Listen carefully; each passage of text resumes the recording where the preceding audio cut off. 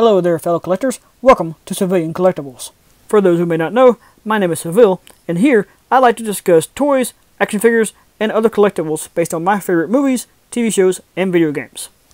In this video, I'm going to review the McFarlane Toys Scorpion figure based on Mortal Kombat 11. I personally don't like to spend a whole lot of time on the package, so if you can give me just a few more seconds, I'll have this figure out of his box.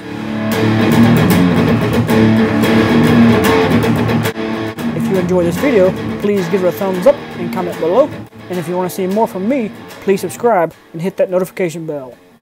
Now that Scorpion has been released from his plastic prison, I'm going to give him another full rotation on the spinner, that way you can see him all the way around. Even though I had a pre-order for this figure at GameStop, Amazon made it available for immediate purchase recently, so that's how I went ahead and got it. So once again, like with Sub-Zero, McFarlane Toys shows off exactly what they're known for here. The detailing and accuracy to the video game image is nearly perfect. Every single piece of the body, suit, and armor is expertly recreated. His weapons are a little bit different than the picture here, but they did have many options to customize in the game. So now, let's take a good close look from head to toe and front to back. The closer you get, the more you can see all the small little details that enhance the overall look. Whether it's the threads of the suit or bolts of the armor plating. Every single part of this figure is detailed as much as seemingly possible.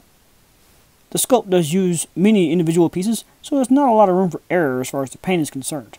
The black and yellow lines of the vest do kind of run together here and there, but it's so minute that you wouldn't really notice it without zooming in really heavy like this.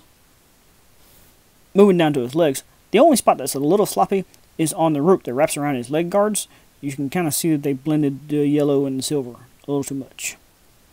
Now, comparing him with Sub-Zero, you can see that they did kind of start with the same body frame, so it's exactly the same size arms, same height, all that kind of stuff. As noted in my Sub-Zero review, they are slightly taller than the Storm MK1 and 2 ninjas, but the MK3 Scorpion is just a little bit closer in height.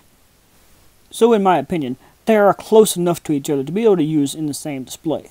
And with the way MK11 story mode went, it wouldn't be impossible to have two or more of these battling it out with each other. So now it's time to talk about all the accessories.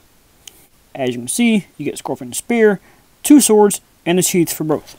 Unfortunately, the sheaths do not function properly. The short sword cannot get into its sheath at all. The longer one can get in.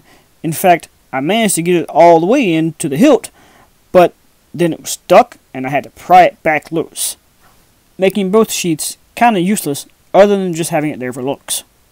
The longer one plugs in two holes around the side of his waist, and the shorter one plugs into the one in the center. However, it doesn't go as flush as the longer one, so it looks odd from the front. The swords themselves don't look bad. They're pretty much just solid color sculpts without a lot of paint detail, but still pretty good. Of course, his primary weapon is the spear itself, which I do think it looks really good. The chain is sculpted nicely and painted really well to make the details pop.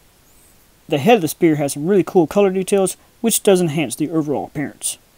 There doesn't seem to be a specific way that Scorpion is meant to hold the spear, but the back end does have loops in it, which easily wrap around the wrist and forearm. As I get into the articulation, I do need to address one fairly major problem.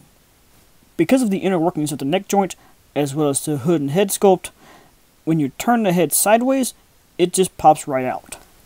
This is a struggle I've been having throughout the entire process of this recording. If you turn the head in either direction, it pops loose. It'll stay sitting there, but it's loose so that if you move the figure, it will just fall off. The sculpt of the hood is also why in earlier pictures you could probably see the head was a little crooked. It doesn't sit in there right, you can't turn it, you can't adjust it. It's always going to have this lean in one direction look. From the neck down though, the articulation is exactly the same as Sub-Zero's was. But Scorpion's armor is a bit more restrictive. So I'm mostly just going to name off the articulation points that he has, such as the shoulders, butterfly joints, rotation in the biceps, the double jointed elbows, and the wrist pegs. There does seem to be some sort of upper torso joint, but it doesn't really do much.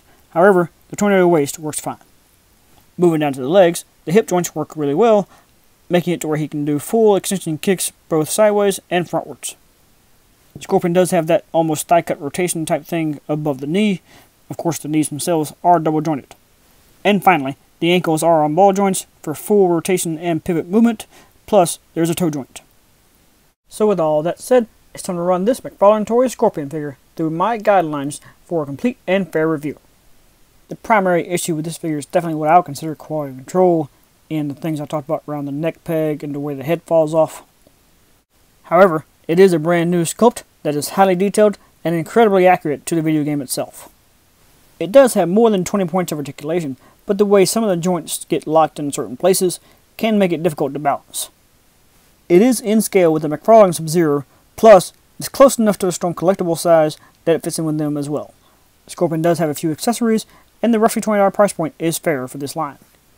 However, as of this recording, accessibility is a little bit strange, because if you pre-order from GameStop, they're not available in the stores yet. However, I was able to order mine directly from Amazon, leading to a 7 out of 10 star rating, meaning it's still pretty amazing and worth owning for all fans of the character.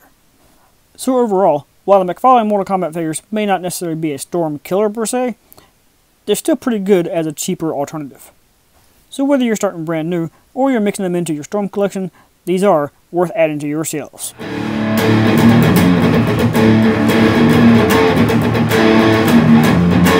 Thank you guys for watching, and if you like this video, get over here!